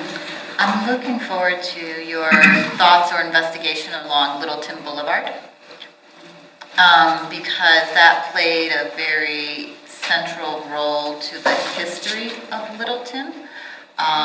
So I look forward to what that will evolve to be, whether it's an extension of this downtown character, because we've heard that from people that, right now downtown feels like it ends at the train tracks, but really it could go all the way to Broadway. I know it's hard to see, but on the areas for discussion map, Littleton Boulevard. Yeah. And part of that is, as I said, we've already taken the downtown urban designation about 3 or 4 blocks east of the tracks to Crocker, I believe. The potential is to go much farther, but right now that's where it opens up into parking lots and auto urban character. What's the future of that corridor? Which gets into the transportation future of that corridor. Can it be more walkable, bikeable, transit all those things. Kyle? Build off the last two comments. Is there any thought or is there any precedent to some kind of commercial conservation areas as well to kind of build on that? We don't get into that as much, but yeah, I mean, there's certainly cities out there that try and preserve their commercial history and established areas too, which can be about gentrification and just how the market's changing. And to go back to the downtown map, you know, I would prefer to see, you know, downtown a more generous definition of it, incorporating ACC and going up a little farther, you know, going up to on Prince and Santa Fe up there. I mean, we do have our welcome to downtown Littleton sign outside the downtown zone right there. I mean, true. And I think of, and I think most people think of this building as in downtown. So I'd like to see it more. Yeah, and I forgot to talk about the neighborhood up here, of course. You know, that's still mostly single-family neighborhood. That's a big question and a sensitive one of what's the future of that neighborhood. I'd consider it part of downtown, but one thought we had was to show that as neighborhood conservation. Again, it could be that case of managing a transition if that's where it's headed inevitably, or I don't know. We need to have that discussion. Well, part of what we've been looking at too as a council is some of these areas that we recognize are transitional, and they are also abutting Santa Fe. So because of the PEL, we have a little bit more attention on those, and so you have that there. You showed, I don't know which map it was, with the river and some of the area, green outlines and stuff like that. And we are, council has committed to a master plan over the river for the entire stretch, calling it the Riverfront District, which would help delineate which the future uses of that, in order to help not only preserve the river corridor, but also to protect a lot of our right-of-ways on Santa Fe. So that's both commercial and some residential over there too. But we've also got some design guides over there that we're starting to see with the way times change, there's some rub on some of those design guides, and you know, some architectural things that we were rigid about, and now things are shifting and changing. And so there's, you know, looking forward, those are all things that we need to really consider, because as in 10 years when someone really wants to do something cool or do the exact right thing, I hope that we are ready for it, and it's right there. And they don't have to go through 2 years back and forth and back and forth and back and forth, trying to get even the slightest little thing, so. Yeah, and I think as you've promoted, the opportunity to orient sensitively developments toward the river, because with the PEL, what's the future of Santa Fe? Even less access to properties? Mm-hmm. So. Yeah. And Kyle brought up the commercial thing, and I know you haven't gotten through the rest of the city, but just with the commercial, the downtown retail stuff. But we do have some pretty valuable commercial centers, economic commercial centers, and I think that showing some care and concern about how we're able to protect and preserve those. We've seen some risk in some of those also that we want to, I think, try to support them being able to continue to stay actively commercial and retail. I'm thinking of South Park, I'm thinking of Aspen Grove, I'm thinking of some of the, there's some commercial along Broadway and Mineral that, you know, we've had some people come in and want to rezone some of our commercial into residential in some of those areas. And so, you know, now we react from a place of, oh no, but having a comp plan that can guide us into, we don't want to do that because the vision for this is this. And so I think, you know, I really look forward to being able to make decisions based on that kind of information. Okay. Planning Commission, thank you so much. Really, really appreciate you guys spending a night with us. You have obviously 2 nights in a row. But I think this is really valuable. I think it's valuable for us to hear all the information together and to be able to share our thoughts. I think you guys the team is doing a great job moving this forward, and feel really good about the progress where you're at. I think that you guys are helping take us along on this journey in a nice, logical step-by-step so that we're not lost and confused. So, because it's a big hairy monster. So, really appreciate that. Appreciate the great packet of information too. It was a lot of stuff, but it was really well done, easy to read, easy to understand. So, I do want to get some sympathy for the people around the table who have a third night tomorrow with the committee for the.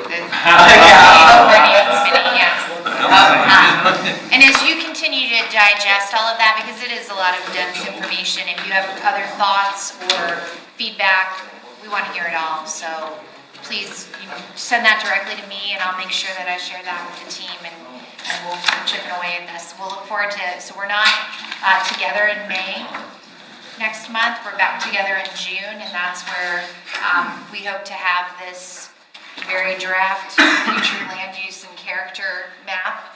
So completing that last third. So the KKC team is back in May with a community coordinating committee. Also with our speaker series. Our next one's May 22nd with Brett Keast from the Candid Keast Collaborative team. I haven't heard good stuff about him. Yeah, I know, you have nothing good to say about him.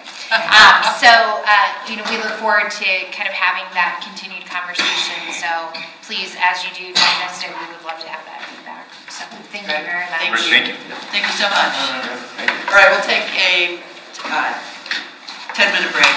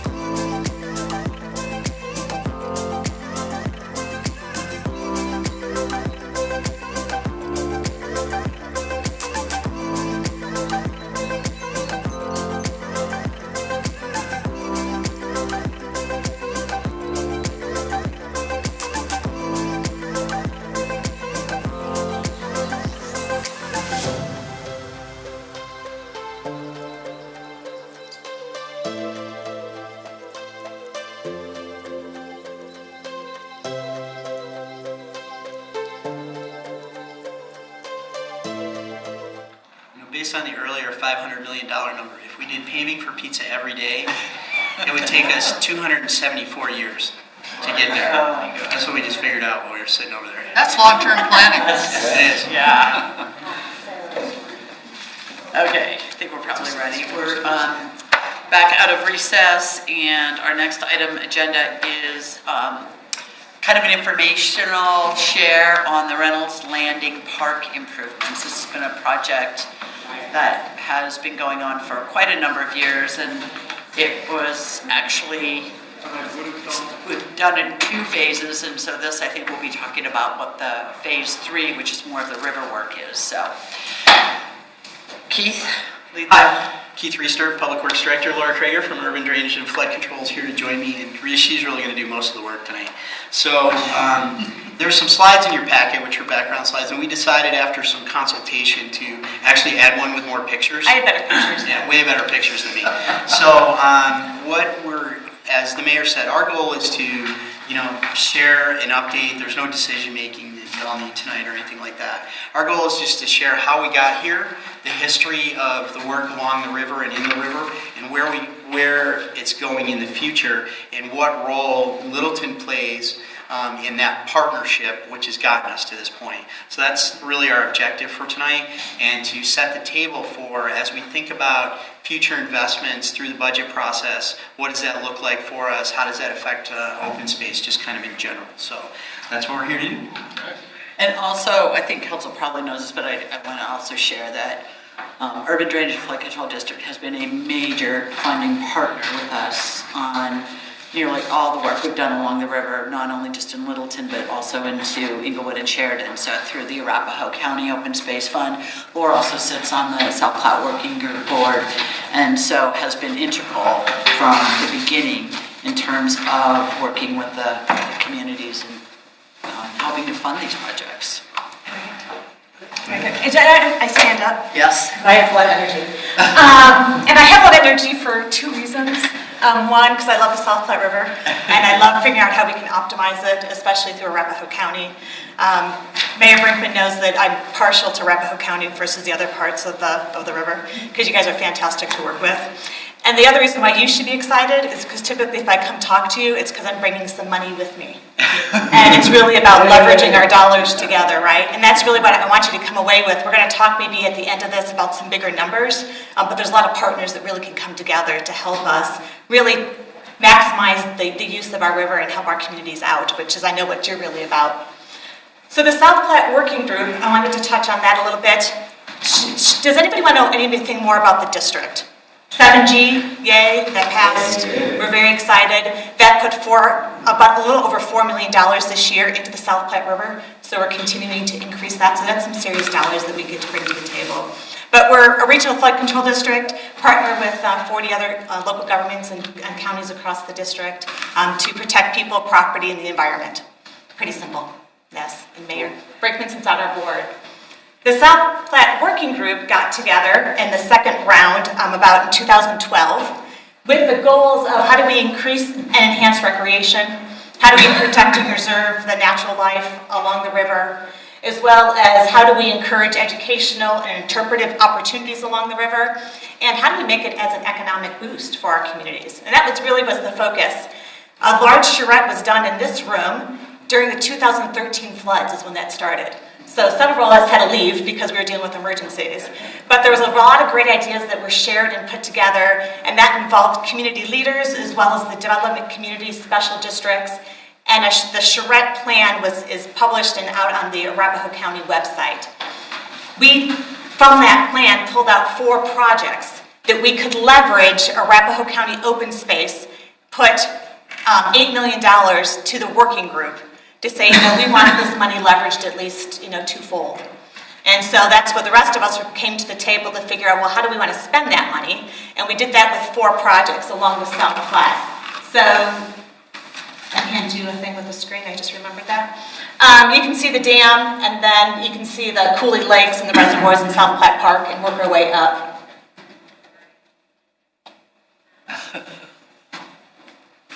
Yeah, nice. So the first project we started out was with South Platte Park, and a lot of you are familiar with that one as you guys were a funding partner with South Suburban.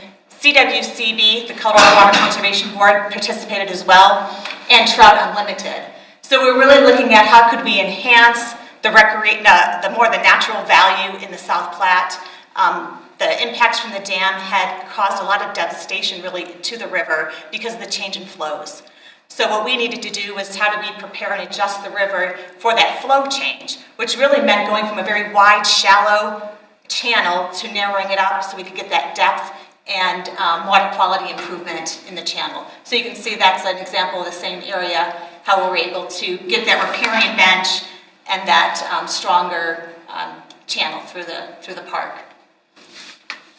The second project we focused on was, as Mayor Brinkman mentioned, was Reynolds Landing. A concept plan was put together, but the focus for the phase one was really for the upland park. So we were able to increase the parking lot. We added in the park features with flush restrooms, pavilions, a playground, and then a big part of it was the trail connection to the Breckenridge Brewery. So we completed that, and then we'll come back to talk about phase two. And actually I can't take any credit for Riverside Downs, that was all in your court. But it was about making a better trail connection, and as you probably are aware, those businesses had their back turned to the river, and it was about how do we bring it to the face. And that was just an outstanding project with a partnership with the private sector, so kudos to all of you that participated in that. And then the fourth project we did was in River Run Park, and that was more with Sheridan and Englewood and South Suburban. And most of you can recognize that's kind of I would say the ugliness that we have with the core channel reach. A lot of rock was exposed, and it was, how do we still maintain that flood conveyance, but how do we make it as an enhancement as a park? That area decided they wanted to do more of a high-end whitewater feature, so we do have the surf wave there. That doesn't necessarily mean that that's what we want to do everywhere, that's just what they chose to use. And then phase 3 was just completed, which was the upstream improvement from Oxford, and taking again that pretty sterile channel and integrating those drop structures. We were able to create a second adjustable wave feature also on this project. So we have two waves that we can play in a little bit more. And Laura, if you don't mind, part of the intention too with those was the utilization of our lower flows. Yes, so actually this is the first one that we're even aware of, certainly in the country, that is able to utilize low flows. So most of us are familiar with when we have about 1,000 CFS in the river, it's got great whitewater recreation. That's very few days a year. So we looked at what's the probability of hitting more like 80 to 90% of the days in the summertime that we would have high releases. What's that flow? That's about 200, 150 CFS. And so we're able to create an adjustable wave with that low flow amount, and you can get actually a high class wave with that. Good point, thank you. So with that $8 million that the South Platte working group had to leverage with Arapahoe County put at the table, we're able to put $25 million worth of projects in the ground. But there's obviously a lot more to do. And Reynolds Landing is a focus for the district. As a working group in general, what they're really committed to, what we're going to continue moving forward with, is how do we vision the corridor as a whole? How do we do that in a collaborative way, right? And then how do we leave this long-term legacy for our future generations of utilizing the river?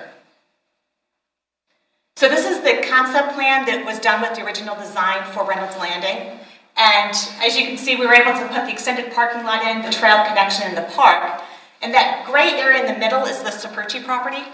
And at that time, we really didn't know what to do with it because it was still in the ownership of the original owners.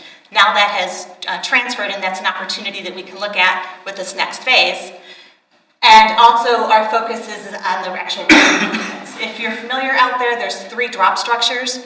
The one coming right out of the park, the most upstream one, is really hairy.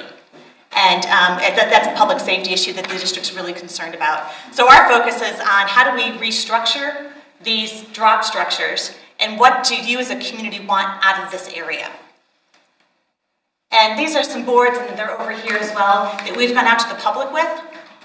And we're starting to re-engage that group as well to say, there's a lot of opportunities, but let's focus in.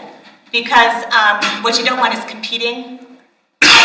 So if you really want fishing to be part of what you want to see in the park, that doesn't really fit well with whitewater recreation.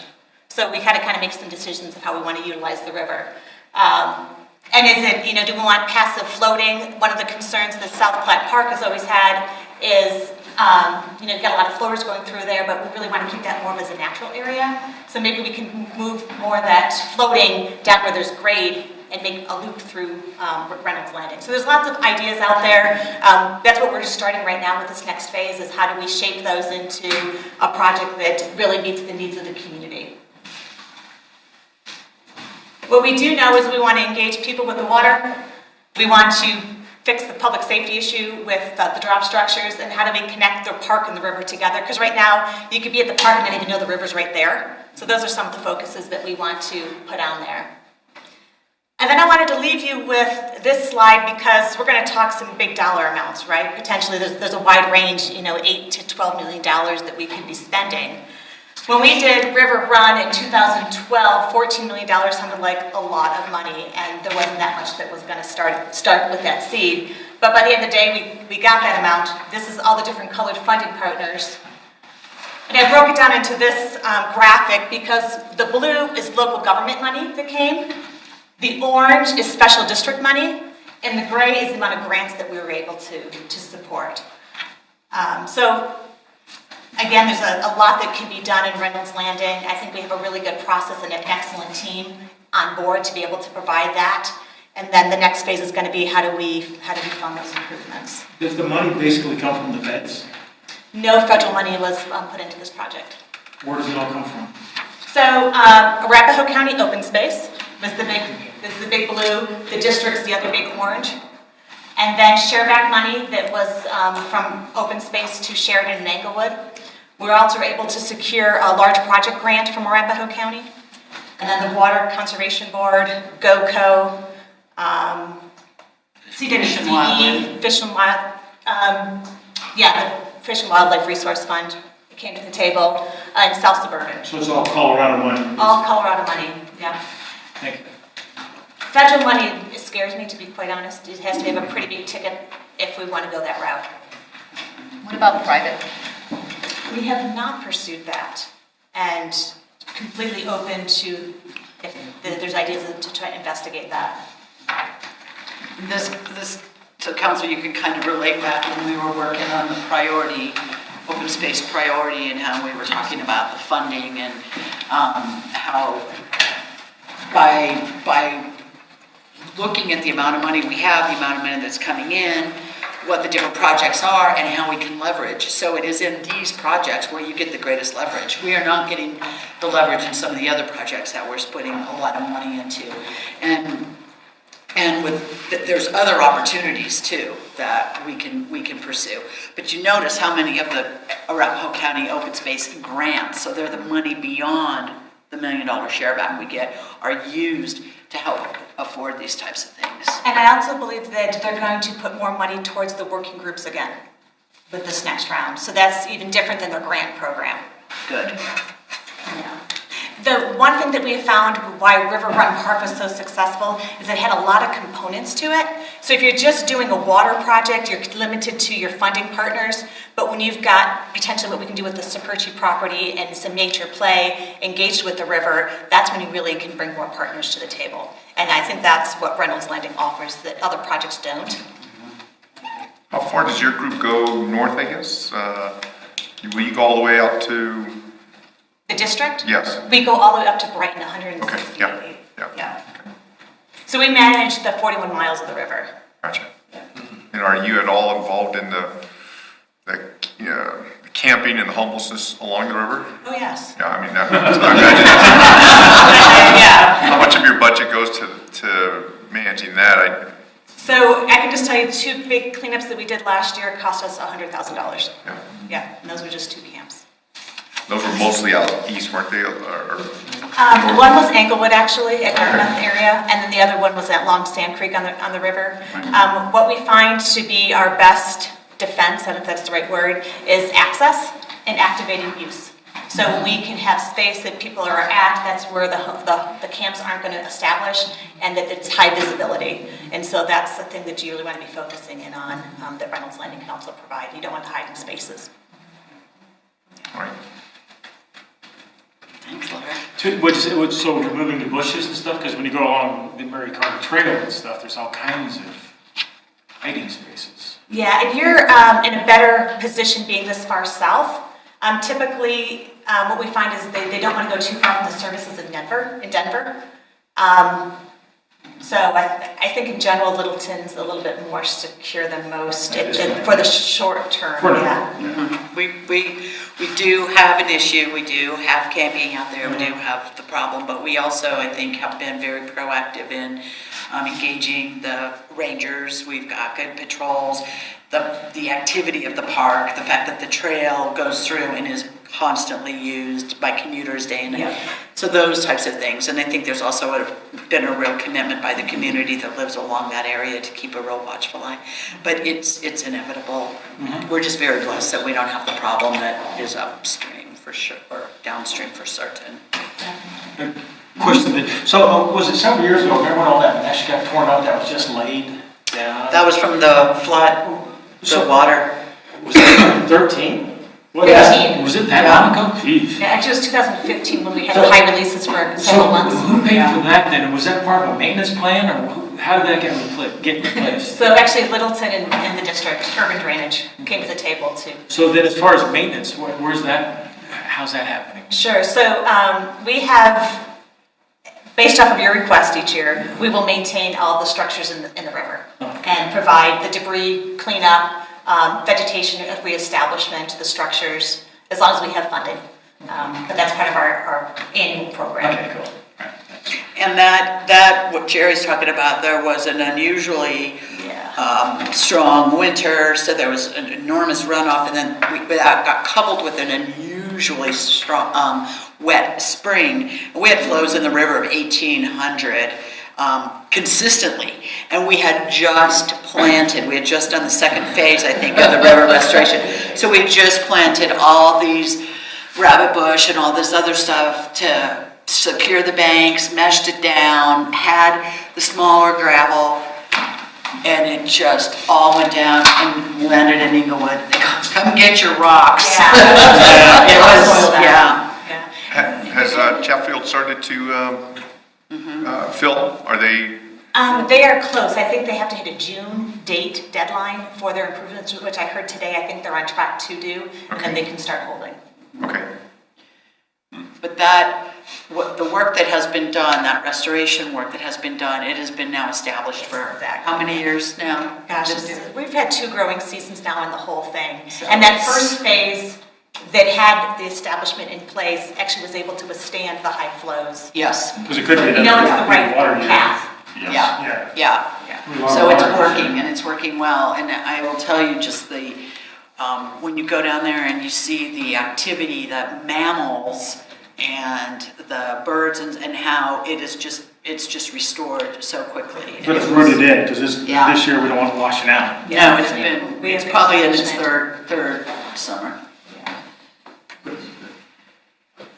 Great. I'm vaguely recalling that the Arapahoe County Open Space Grant is coming up for renewal, or that it may be going away. What was that conversation? Isn't something changing there? The open space tax is up in 2023, and so, based on all of our discussions, I would assume that the county is going to go back to the voters to reinstate that. And one of the things I'd like is to have projects like this on the docket so people can see where their money's going to go. And so Reynolds Landing is on their list. Okay.